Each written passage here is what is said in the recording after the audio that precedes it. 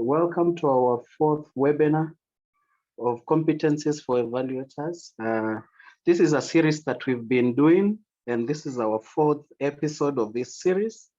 And we are exploring competency domains, and today we'll be talking about contextual analysis. And I'll be your moderator for the day. My name is Mark Mulobi, and I'm based in Nairobi, Kenya. I currently am the vice chairperson for Evaluators Global Network and also the co-chair for APEA Network. And I'm happy to be here. I'm a co-member of IRIPE, and we are happy to be having you all on our webinar today. Just a few house rules. I know all of us, we are used to Zoom. I know we've been doing Zoom since COVID came. I request all of us, we keep our microphone muted and our videos off unless you have the floor. And also you can introduce yourself on the chat, tell us where you are joining us from. And also let's use the chat for any questions that you'd like to ask, and we will be able to give that to our presenter of the day.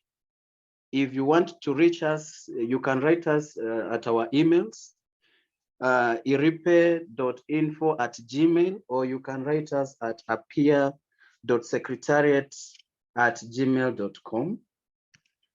I would like to quickly introduce Professor Romeo Santos, who is the former president of APEA, to give us opening remarks. Prof, if you are here, take the floor.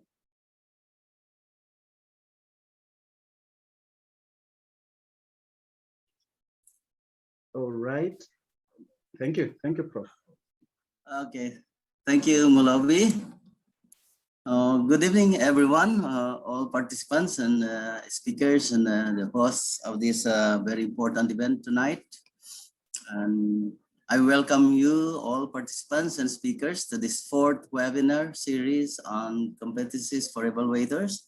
Certainly, this promises to be very relevant and an excellent learning event so that we continue to advance the cause of professionalizing evaluation.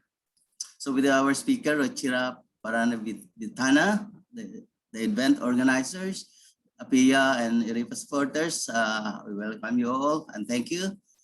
The Asia Pacific Communication Hub event conducted Eval Action campaign in line with the Asia Pacific Regional Evaluation Strategy. These are both recognized as SDG good practice by the United Nations. Now let us join each other in this meaningful event that will surely add up to our capacity and competence in handling evaluation. Thank you very much. Welcome to all. Thank you so much, Prof. I would like now to introduce our good friend, Mr. Ruchira. And Ruchira today will be our speaker. He has been our speaker. And Ruchira has 26 years of experience in quality and HR manufacturing and in private sector and development sector. Currently is working in the capacity of the Senior Quality Assurance Manager. He is a certified master trainer who is actively contributed to building competency models, and is a theme leader of professionalization of evaluation in Asia Pacific region. And also he has been very key in the strategy formulation and deployment. And also, last and not least, he is a co-member of IRIPE. Ruchira, the floor is yours. Welcome.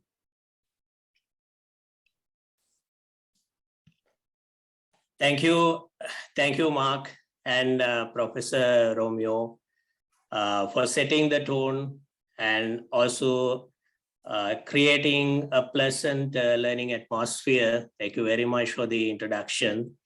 Hello, everyone, and a warm welcome to all of you who are joining for the fourth webinar of 8 webinar series on competencies of evaluation. Next slide, please.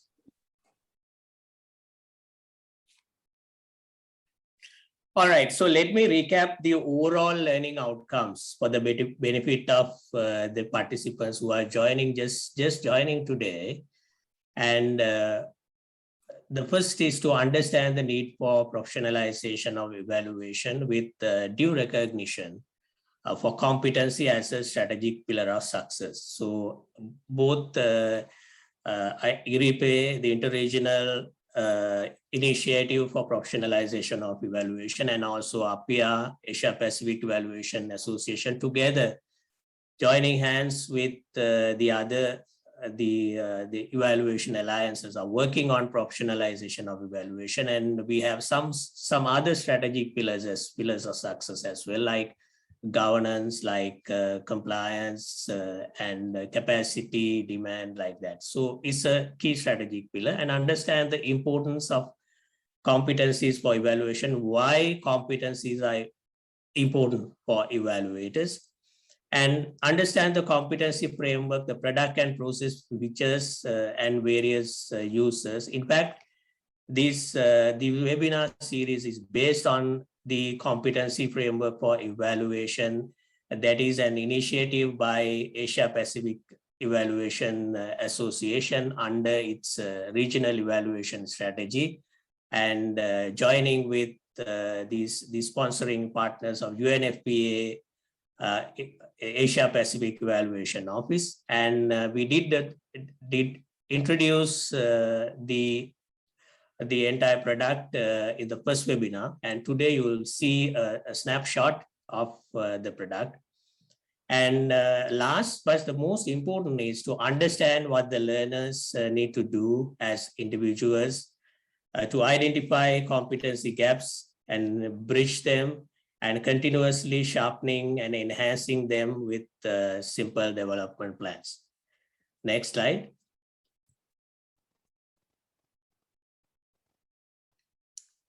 Yes, so for that, the topic for today, in fact, the competency domain that we are going to explore today is contextual analysis. And we have completed the professional practice and also technical competence before. Next slide. Okay, as usual, I would like to start with a speech of actually two quotes from the Getting the Wisdom of Iconic and also the eminent people who have contributed with their contribution to the society. And the first one is about from Dr. Stephen Covey, management guru. He talks about every human has four endowments: self-awareness, conscience, independent will, and creative imagination. So these give us the ultimate human freedom, the power to choose to respond to change. Now we all have this. This is not the usual financial endowments that we are talking about. So we have as humans these endowments that is inherited coming from our birth, and everybody has that. And we can exercise the human freedom. But the second quote is about judgment. Now, when we talk about contextual analysis, when we read the context and we recognize the context and we respect the context and we respond the context, so we need to make judgments. So a good judgment is not something easy peasy. It's not coming naturally. That you have to make the judgment.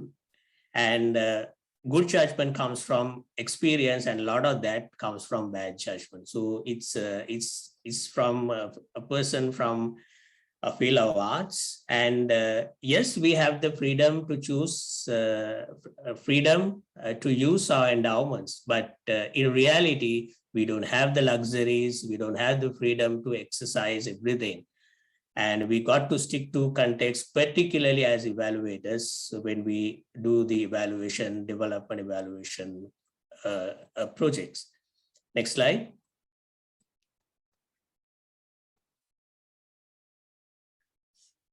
Agenda for today, expectation of evaluation and competency framework in a nutshell. So these are two points that we keep on showing to our participants, that just to refresh, recap.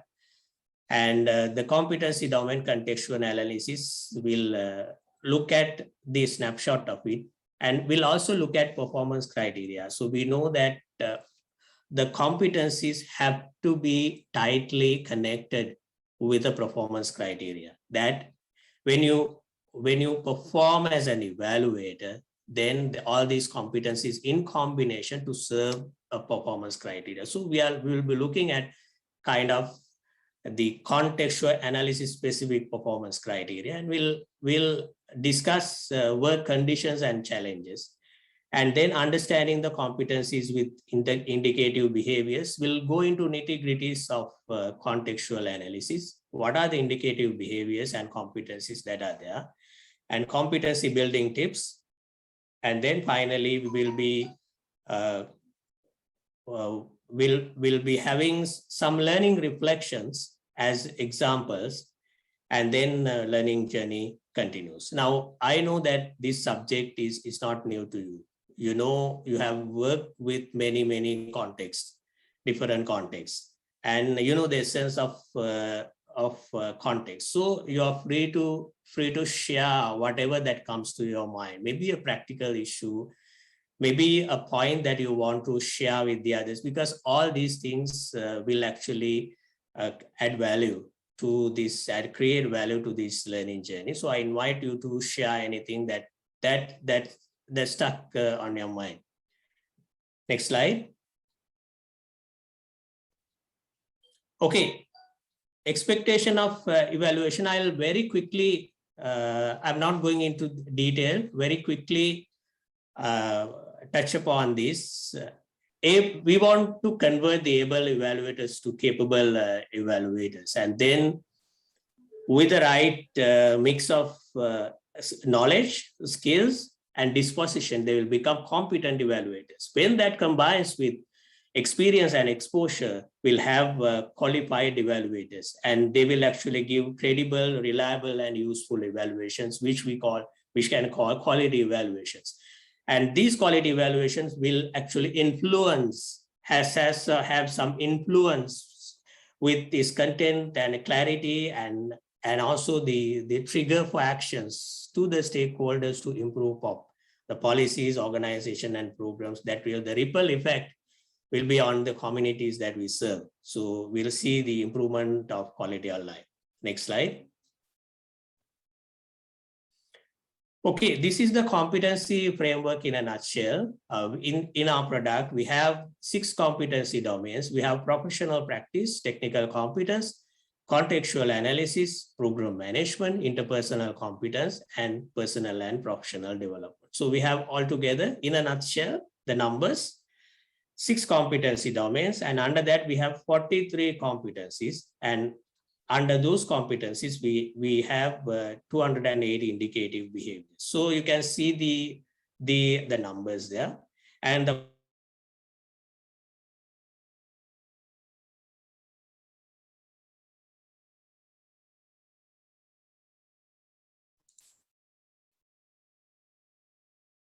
in the contextual analysis, we have 6 competencies and 32 indicative behaviors. Next slide.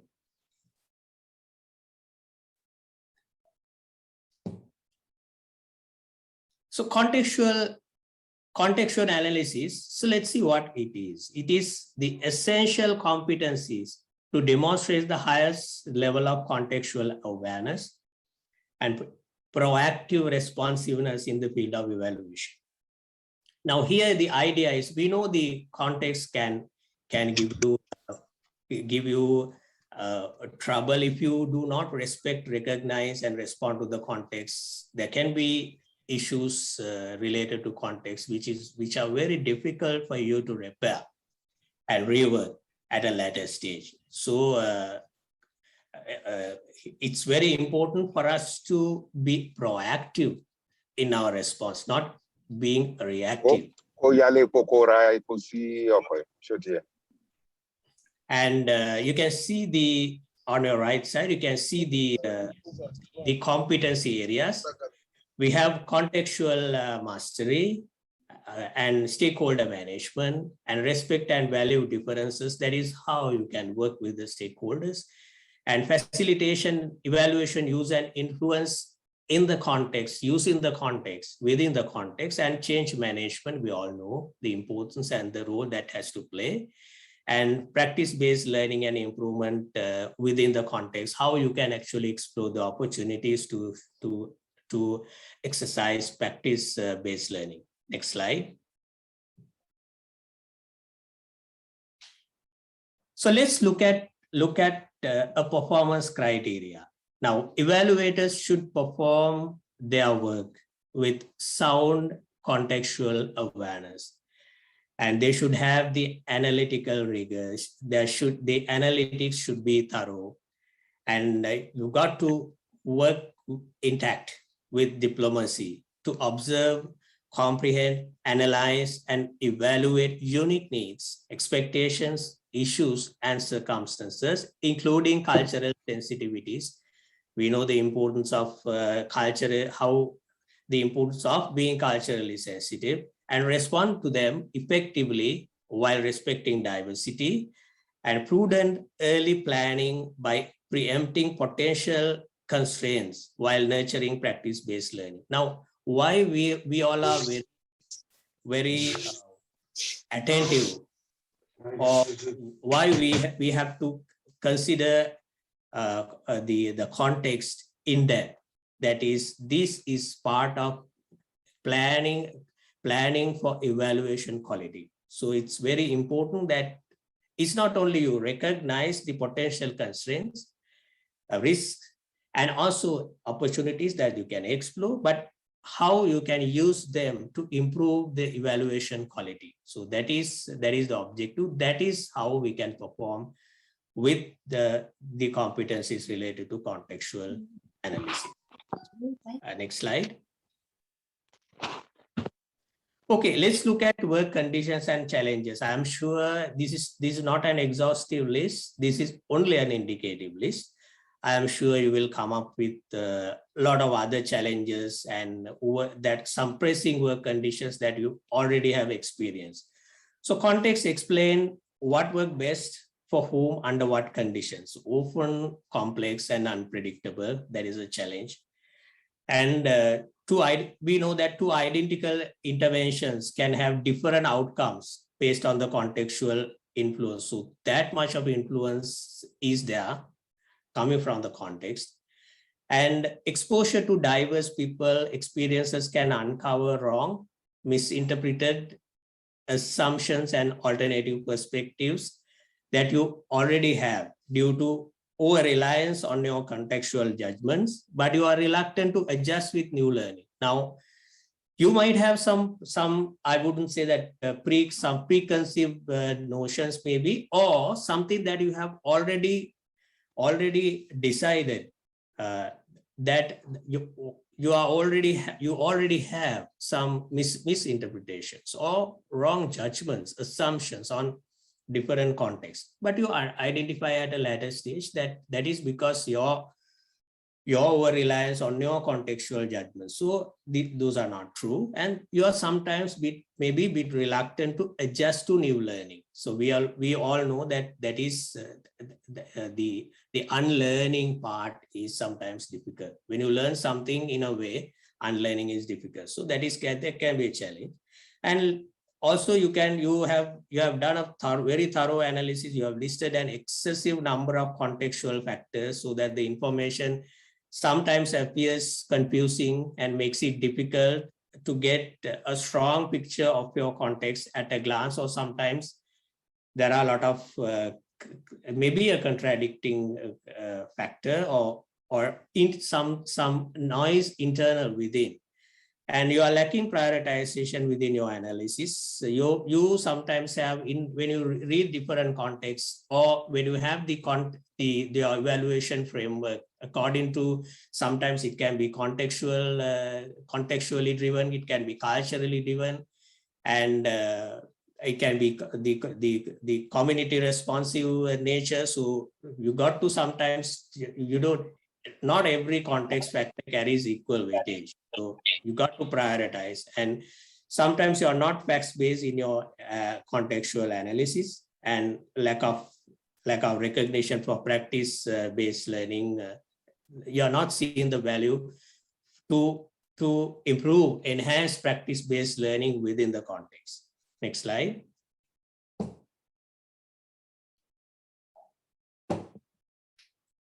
Okay, now let's move to competencies with indicative behaviors. We'll start with contextual mastery. The competencies conducts contextual analysis and plans for evaluation quality. So under that, we have to assess a wide range of contexts. Can be social, cultural, economic, political history and heritage, the natural, ethical, and legal relevant to the evaluation purpose and as the strategic direction. And then we've got to determine the internal and external issues.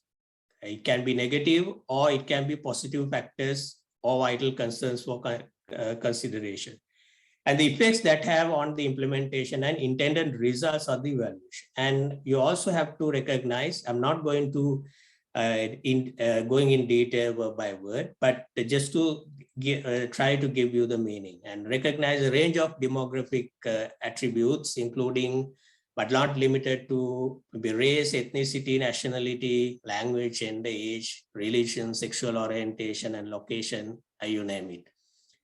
A lot of factors are there. And we look at examine the public policy and political considerations that are pertaining to the evaluation. And we can also look at power relations, inequities, past and present, and also social identities of different groups, and establishes community responsive and contextual response evaluations, where the evaluation will occur depending on the dominant and defining factors. Next slide. Stakeholder management. These are not new things. We all do it in every field, in the work of world of work. We have these stakeholder management, analyzes stakeholder needs, expectation, and capacities they have while respecting diversity and inclusivity.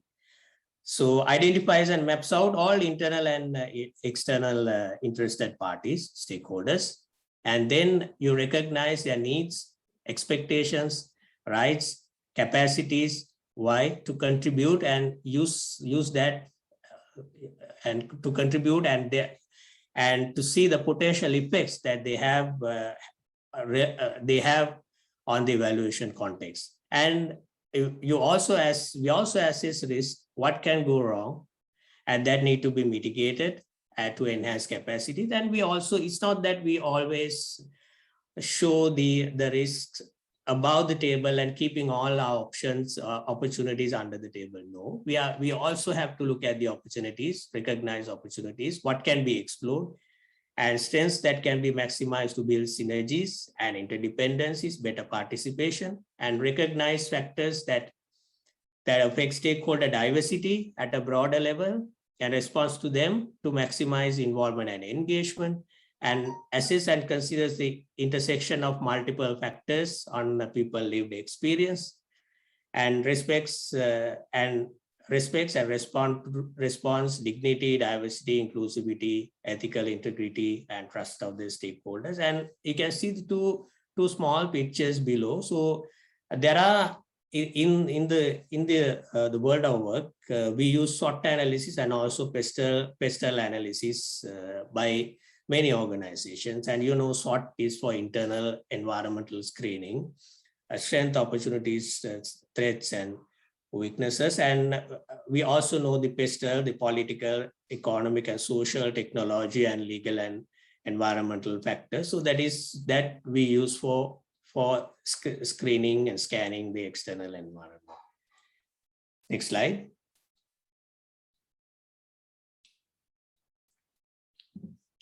So respect and value differences shows respect for stakeholders, build trust, and value differences. So supports others to work in ways that recognize and respect individual beliefs, their preferences and differences, and supports others to contribute to developing, maintaining, and evaluating systems to ensure that each person is treated and valued as an individual, and individual preferences are always taken into account, and equal opportunities are promoted, and displays empathetic appreciation.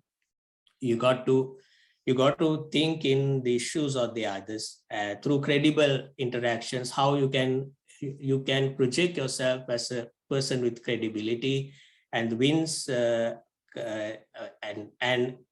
and use the appreciation for the betterment to better use of interactions in the state in the context, and builds mutual trust and remove whatever the barriers that are there for that are actually blocking or influencing trusted relationships. Next slide. And facilitate evaluation, use, and influences. So this is, you can see actually there are a lot of competencies that are appearing in different domains. So we also discuss something related to this when we discuss the professional practice, and it's our duty to promote and facilitate the use and influence of evaluation by using the context, within the context. So creates and uses opportunities to increase the benefits from the evaluation process, and anticipates and identified barriers to effective use of evaluation results and removes them to maximize the benefit. When you do the contextual analysis, when you work in different stakeholders, if you see some barriers that will affect the effective use, then you have a chance to correct them, put everything back on track, and identifies key processes and times when findings are needed, and consider a series of analysis and reporting cycles to maximize continual use, and develop a clear evaluation utilization plan, including reflective sessions with the client, and obtains agreement and commitment to execute it, and incorporates a process for knowledge transfer that we'll discuss later on in the practice-based learning as well, and sharing in consultation session, workshops, meetings, and articles or news bulletins, and looks for additional knowledge products. Next slide. All right, we have come to the last two competencies. Change management, ladies and gentlemen, is very important. It is something that we give a lot of due care everywhere. Monitors, adapts, and responds to organizational and program management changes throughout the evaluation.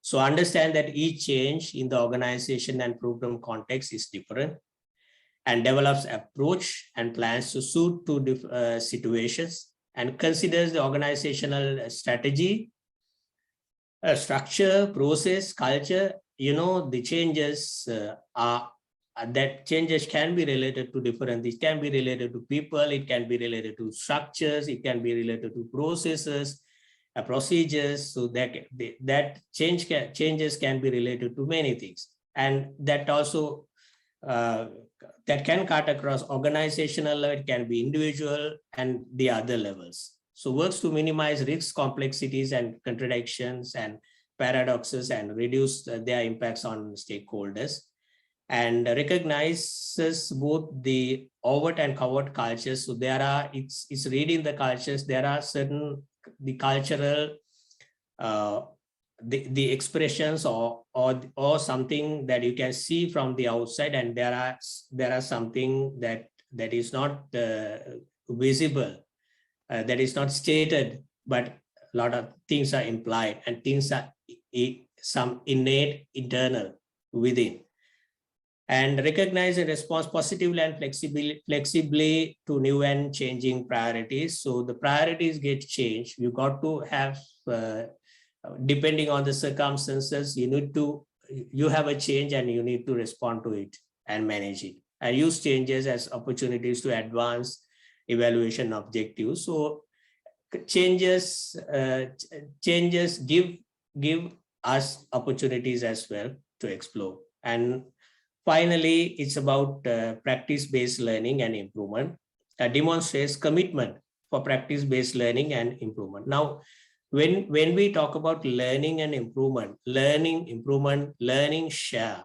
So it's that cut across almost all the competency domains. If you take professional practice, if you take technical competence, program management, interpersonal competence, personal and professional development, everywhere you see learning, and understandably in different forms, and even within the context, you have to continuously use and support practice-based learning.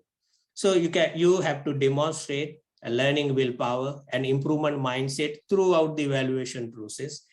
And also how you use the improvement tools. There are a lot of improvement tools, and with the improvement mindsets, when you identify issues, problems, how you sort them out, and then how you use it for future, and how you continuously improve the context, and also the factors they are in for the betterment of the evaluation. And you can also use different digital and learning platforms, and you share experiential learning and evaluation expertise as much as possible consciously within the context. So that concludes the competencies and indicative behaviors. So let's look at some competency building tips. Now, how you read, recognize, respect, and respond to context is more about look, listen, feel. It's not you don't have to make complicated. You got to feel the pulse. And then there can be mistakes. In that case, you have to accept the mistakes and learn from them and put the lessons learned into practice and move on. And 4 reals, real place, real people, real issue, and real data, very important to get the real objective evidence. And there can be many models exist to help you out on your contextual analysis, working with stakeholders, change management, but you also have to use a lot of experience and intuition a lot.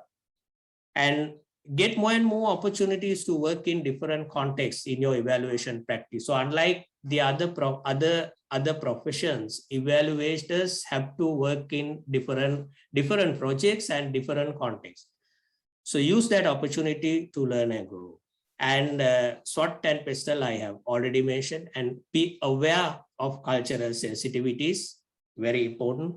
And seeing working in different contexts, for example, different cultures, as an excellent opportunity for learning and growth, I have mentioned. I'm repeating myself. And foster multiple methods of inquiry. You can use multiple methods for inquiry, and work with a trusted informal advisor or mentor. When you deal with difficult situations, some pressing situation, of course, you can turn to your mentor, and also you can use an informal advisor to get advice, and turn to other evaluators for advice in troublesome times. We as evaluators, we share a lot with each other. When we can share the problems, we can share the opportunities and learning. Next slide.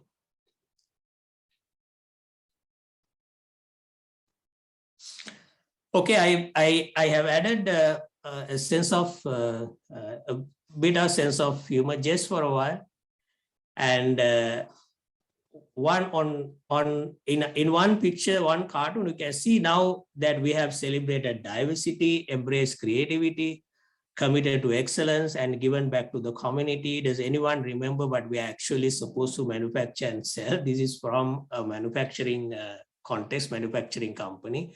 But the entire thing is humorous, because we don't see actually companies going in this direction, where it's really seldom that we see that. Usually what happens is the other way. We are very, very busy on even in the development sector, in any sector, on getting our basic knitting moving. The key project, we got to move the key project, and we are in a hurry to do that. Sometimes we don't have time to do all these contextual analysis, and we don't have time to respect all the rules. And finally, we see actually in the other way, whether how can we respect the diversity and the different context, value differences, and also do the contextual analysis. And on the other side, you see, we sometimes say, the organization say very loudly, they're amplifying that, don't worry, we did a very thorough risk analysis. You can see the person there is really worried and a bit of disappointment. I say, don't worry, we did a very thorough risk analysis. But actually, you can see from the bottom there, followed by a very flimsy one, which led to desired results. So actually, we say sometimes the organization mentioned we do a very thorough analysis. We all get together and do it, but actually is paper thin exercise, is flimsy.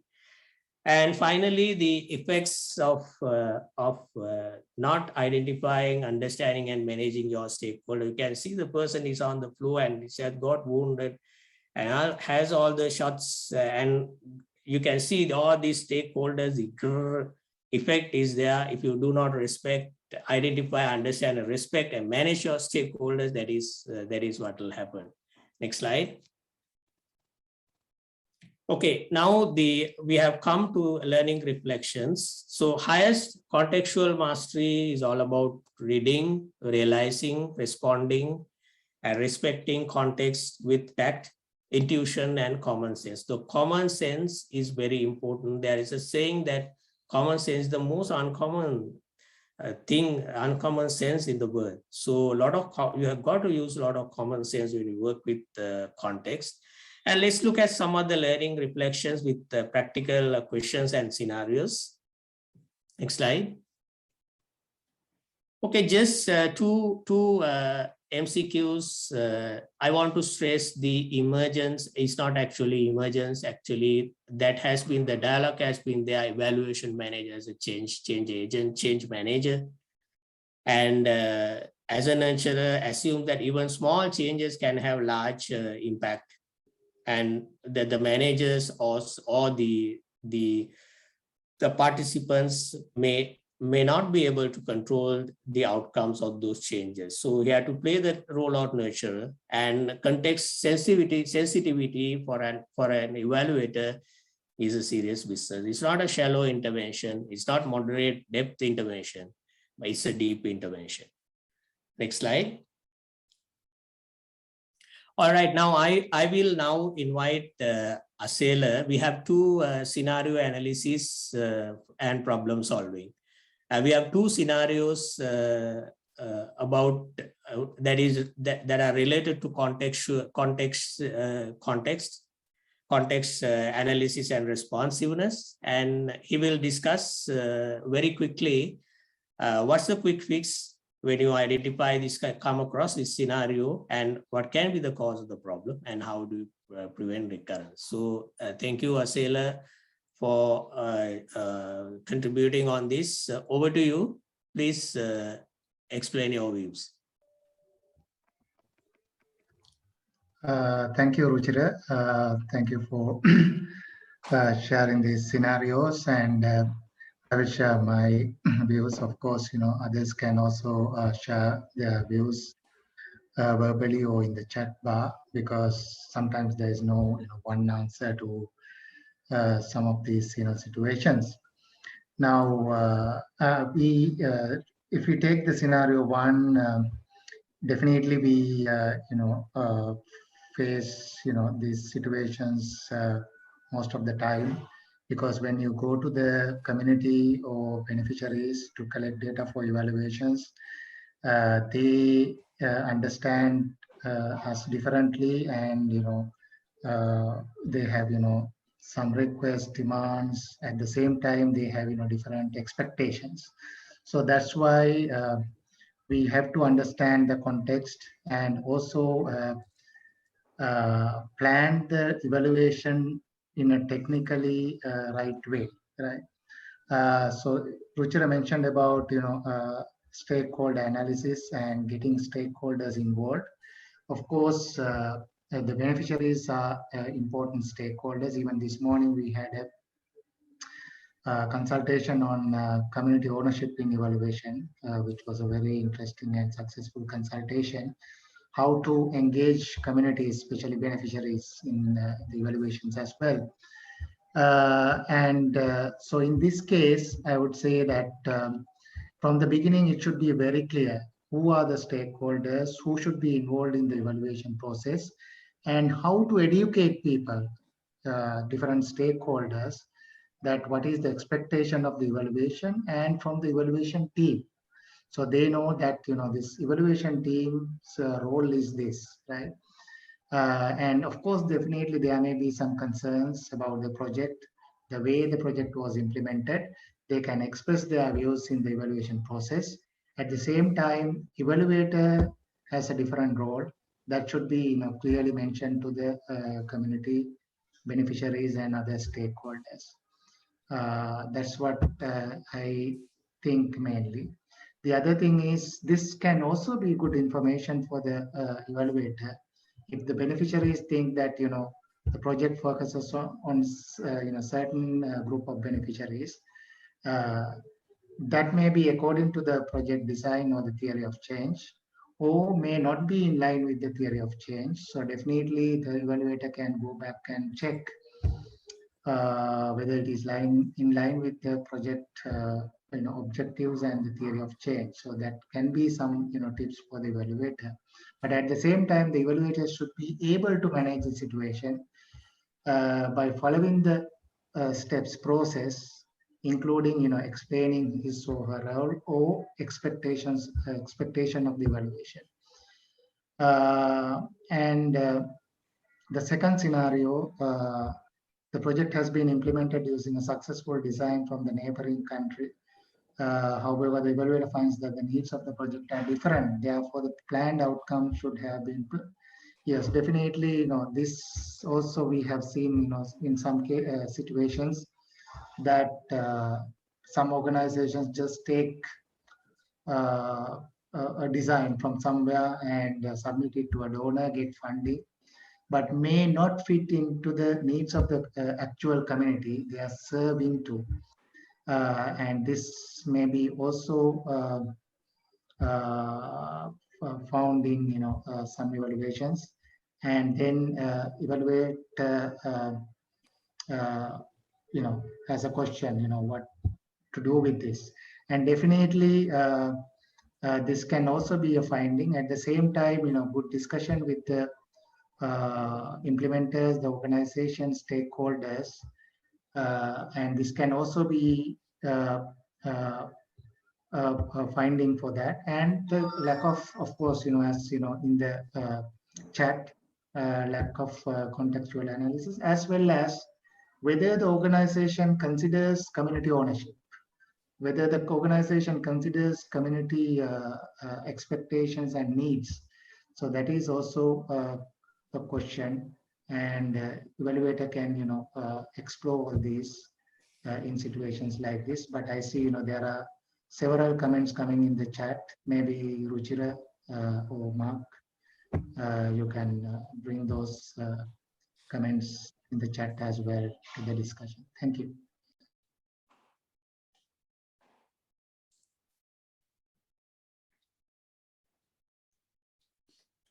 Thank you. Okay, thank you. Yeah. Thank you very much, Asela, for explaining these, going into the details of these scenarios. And he mentioned, you also have, there are no, right or wrong answers that we are looking at in this scenario. There can be different answers. You also have answers, you can see in the chat box. So we'll go to the next slide, and we actually we are going to conclude this part, and we'll request Mark to go for the Q&A session if there are questions that we can answer, and it's time to do that.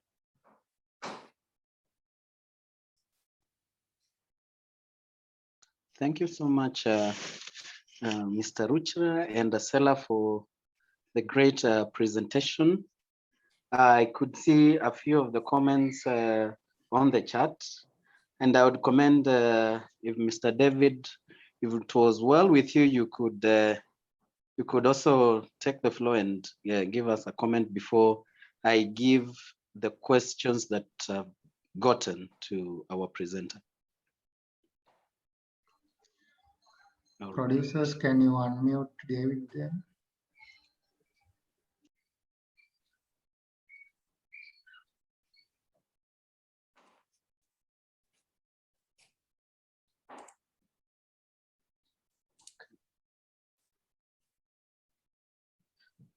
All right. Hi, Chama. All right.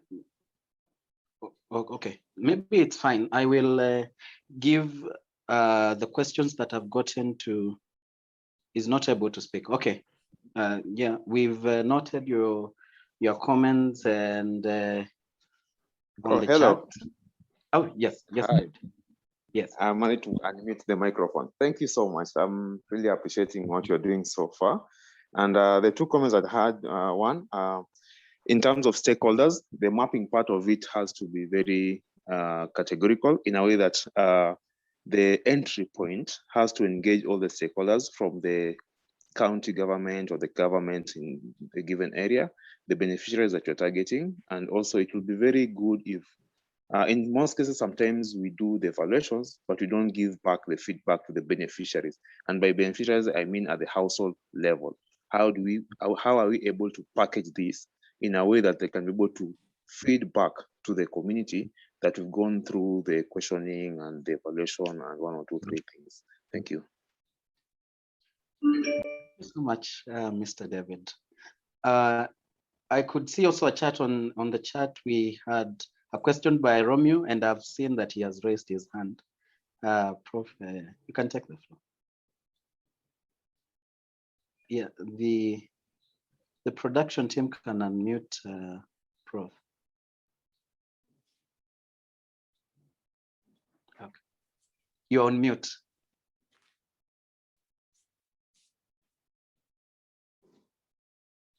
Prof, you are on mute. My question is about the differences between the technical competencies of a competent evaluator and that of certain professionals, for instance, a competent researcher or a competent lawyer, for that matter. Can we state specific differences?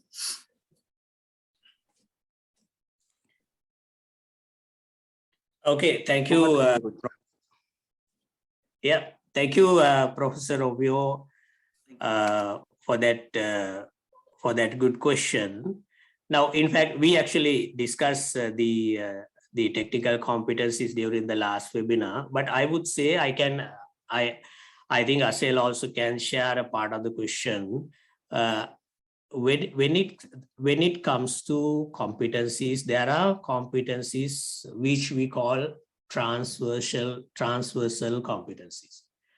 So those competencies are actually common competencies for different professions. For example, if you take professional practice, lot of competencies there are common for almost for all the professions. And if you take, for example, for that matter, the interpersonal competencies, development competencies, there are a lot of common competencies. But when it comes to technical competencies, there can be profession to profession, there can be technical competencies that are, because that is how, that is your technical know-how towards the profession. So there can be similarities in competent researcher and competent evaluator, but I'm not very much sure that you can do the apple-to-apple comparison when it comes to technical competencies with the other professions. Asela, over to you. What do you think? Even others can share your views, opinion.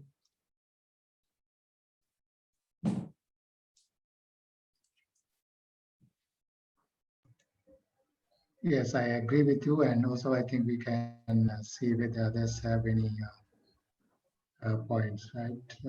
And maybe Professor Romeo, whether you accept or whether you have additional points. Yes, please.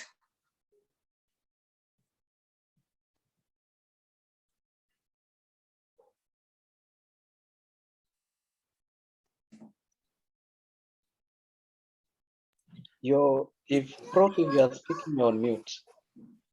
Sorry, am I asked by Asela? You're throwing back the question to me. No. Right? Whether you are satisfied with the answer. Yeah. I said a while ago, Rishira, thank you. Yeah, okay. Now, my experience is actually I'm a lawyer as well as, I'm in the evaluation field. Yeah, that's why I asked the question. I know you are a lawyer. Yeah, now, if you take, legal profession, accountants, doctors, these professions are very much, recognized, and there's a, way of, endorsing these professionals, academic courses, as well as, any other qualifications before people are endorsed as, lawyers or accountants or doctors. But evaluation is just imagining. And when you take the technical side, of course, other professions, mainly you learn things through the academic courses. But now in the evaluation field, we don't have academic courses, and the profession or recognition in the as a professional is not based on the academic courses.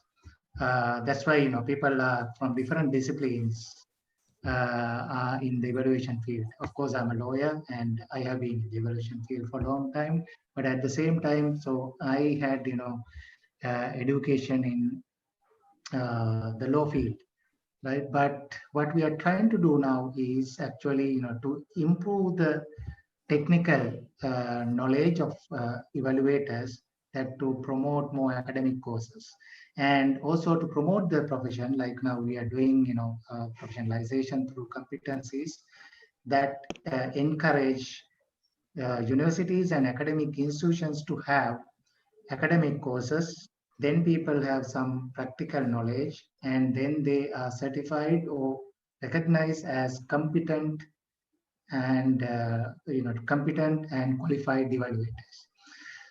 At the moment, we don't have that process in the evaluation field. That's why evaluation field is facing a lot of challenges.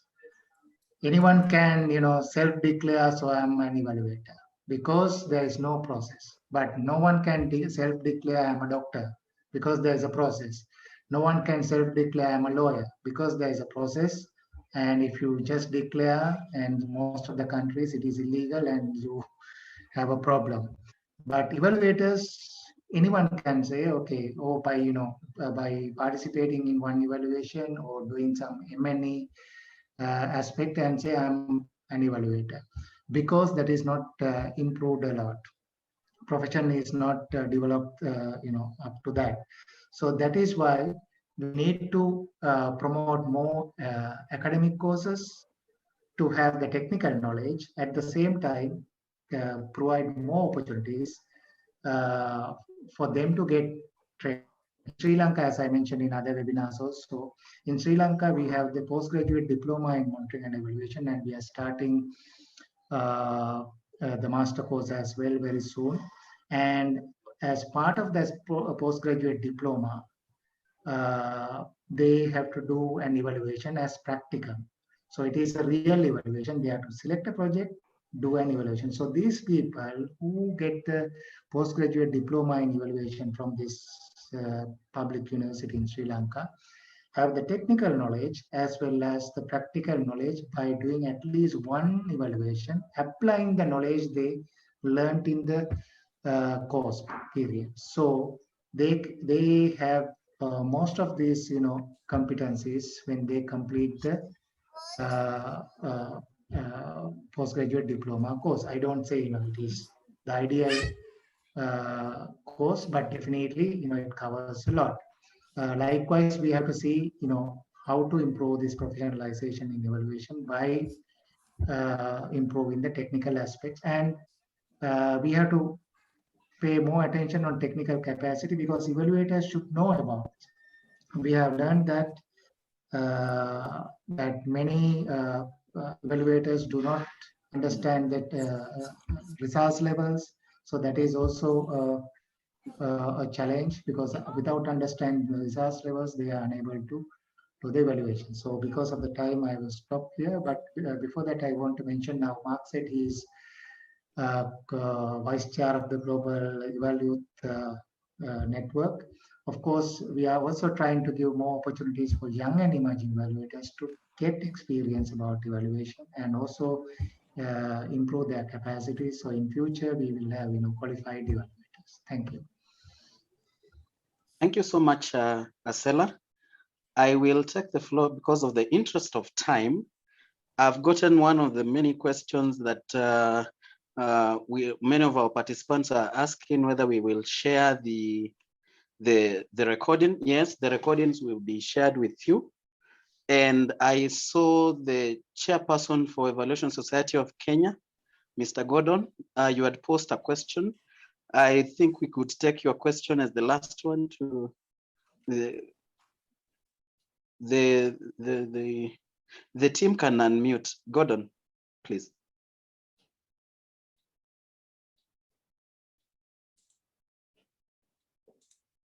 Right.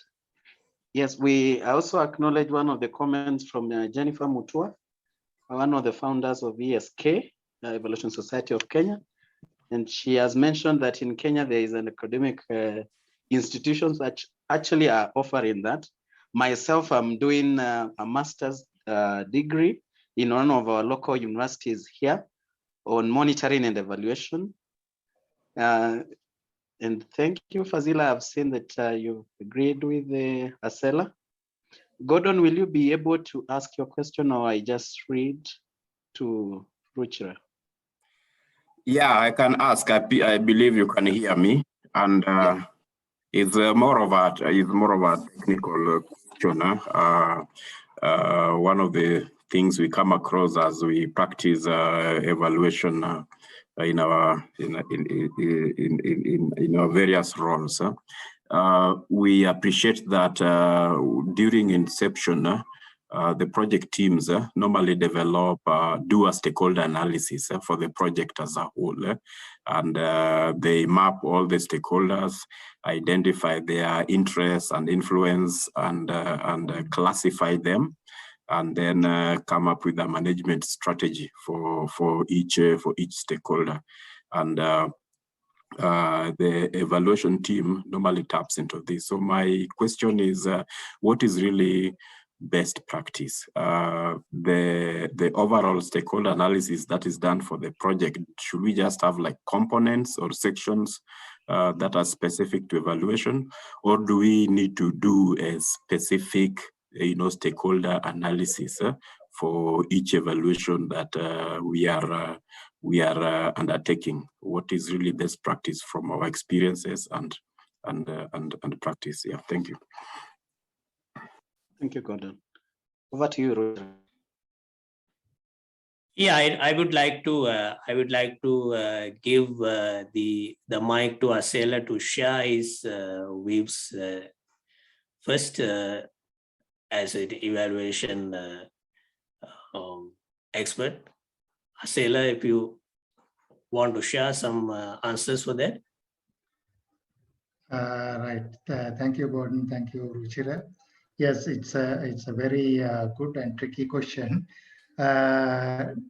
Normally, yes, we expect the projects to conduct a stakeholder analysis when they start the project, or do the design the project as well. But at the same time, we have seen that most of the project, they have not conducted this stakeholder analysis, And even, most of the projects, they are without a theory of change, not only the stakeholder analysis. That's why evaluators have to do the theory of change even when they are doing the evaluations. And regarding the stakeholder analysis, of course, the evaluators can consider the stakeholder analysis the project has done before. But at the same time, I would say that evaluators do the review and see whether the stakeholder analysis is still valid, or any other stakeholders can be included or excluded or revised. The stakeholder analysis can be revised, because during the project period it can change. That is one aspect. And also there may be instances that some stakeholders have not been considered in the stakeholder analysis when the project team was doing that. So in that case, I would say that mostly it would be good, because now of course we are not discussing some areas here. One thing is for evaluations we have sometimes reference groups or stakeholder groups supporting the evaluation, right? Or they are sometimes giving advices to the evaluation team. And even some of the stakeholders are part of the reference group or the stakeholder group for the evaluation. So it is important to have right stakeholders, right partners in these groups which are connected to the evaluation. Thank you. Thank you so much, Asela. In the interest of time, I can see Romeo has a burning question. Romeo, I would like to give you 1 minute. 1 minute. Yes. Yes, I agree with the stakeholders analysis comment from Gordon and Asela. That's why I want to link it with the scenario 1 presented a while ago by Rachira, where you have that problem there. You have the interview of the stakeholders, and it turned out that the project was focused on a certain beneficiary to satisfy an organization, right? Now we have to take note that stakeholders could embrace many things. Beneficiaries are parts of the stakeholders, but not all stakeholders are beneficiaries. Recipients, for instance, of a program intervention may not be beneficiaries at all. So we have to think about that, but they can be considered stakeholders. Now, in the problem that you show in the scenario, it seems that the beneficiary is being focused by the project is being favored, right? Are being favored at the start. But there is another part of the question or the statement there that the beneficiaries were demanding the evaluators to continue the project, right? Is that referring to the same beneficiaries focused by the project or a different beneficiary? I didn't quite get the sense of the problem a while ago, because there's a gap in the link, how to connect the dots. So it may be a problem of the design, why it focused in the first place in a particular beneficiary. And are these beneficiaries the same with the beneficiaries who demanded the evaluator? So even in the scenario 2, a while ago, it seemed that there is a part which is contradicting there.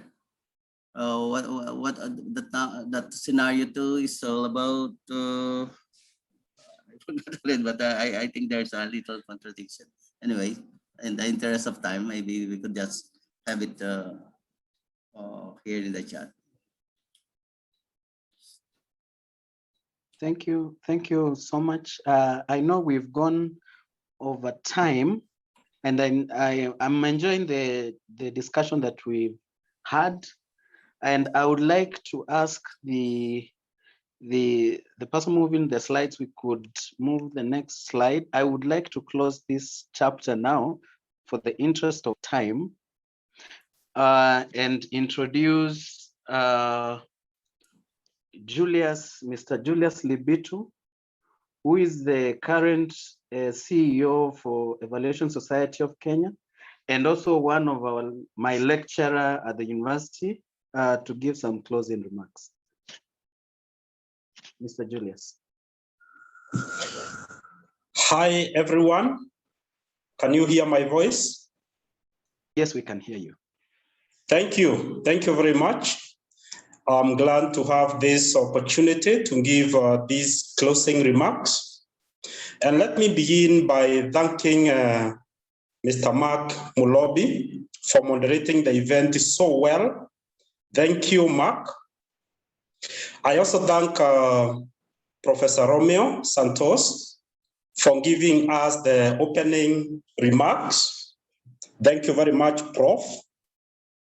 Thank you, Ruchira and Asela.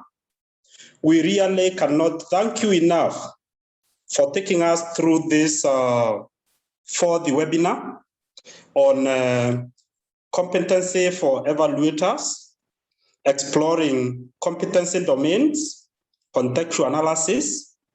Your presentation was very rich, very effective, and very, very enriching in terms of competencies, where we looked at the expectation of evaluators in terms of competency domains, the frameworks, competency contextual analysis, whereby we say that competency enables credible, reliable, and useful evaluation results to improve on contextual policies, organizations, and programs. And hearing that, I was reminded of Stephen Covey, the writer of one of the famous books, The 7 Habits of Highly Effective People, who said that trust is a function of 2 things: character and competency. Character and competency. This includes competency to be contextual aware, even as we do evaluations, and especially in answering the question, what works for who and where in terms of getting monitoring and evaluation information, analyzing it, disseminating, and even using it. And character in terms of being able to respect other people's views, even when they are different. And this is about valuing the differences in terms of diversities, so that we can see diversities as a resource rather than a liability, even as we engage stakeholders through what we have been talking about, stakeholder analysis and stakeholder inclusion. It has been quite a rich and valuable presentation. And we as well thank the organizers of the event, APEA, IRIPE, and other partners that have been organizing the series of webinars. We thank you very much. And not forgetting our participants, the participants. Thank you all for participating. And as I thank participants, let me thank you by this quote from Jagi Vasudev, a famous writer who has written the best-selling book, Inner Engineering. He says, if you want to be successful, do not seek success. Seek competence, empowerment, and do nothing short of the best that you can do. Thank you very much. Over to you, Mark. Thank you so much. Thank you so much, Mr. Libitu. As I mentioned earlier, that we are having a series of webinars, and we are going to have our episode 5 on 21st August 2021. And again, we will be exploring on the competency domains. And at that time, we'll be looking at program management. So thank you for that. And if we could go to the next slide. Last but not least, I would like to announce that IRIPE is organizing a consultation for professionalization of evaluation that is planned to take place on a Thursday, 2nd September.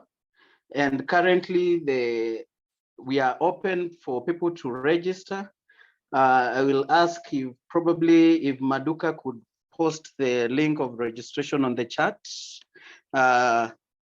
Yeah, thank you so much. I would thank you so much to Ruchira. Thank you so much to Asela. Thank you for our participants. You didn't follow. We went over time. Thank you for your patience. Thank you so much.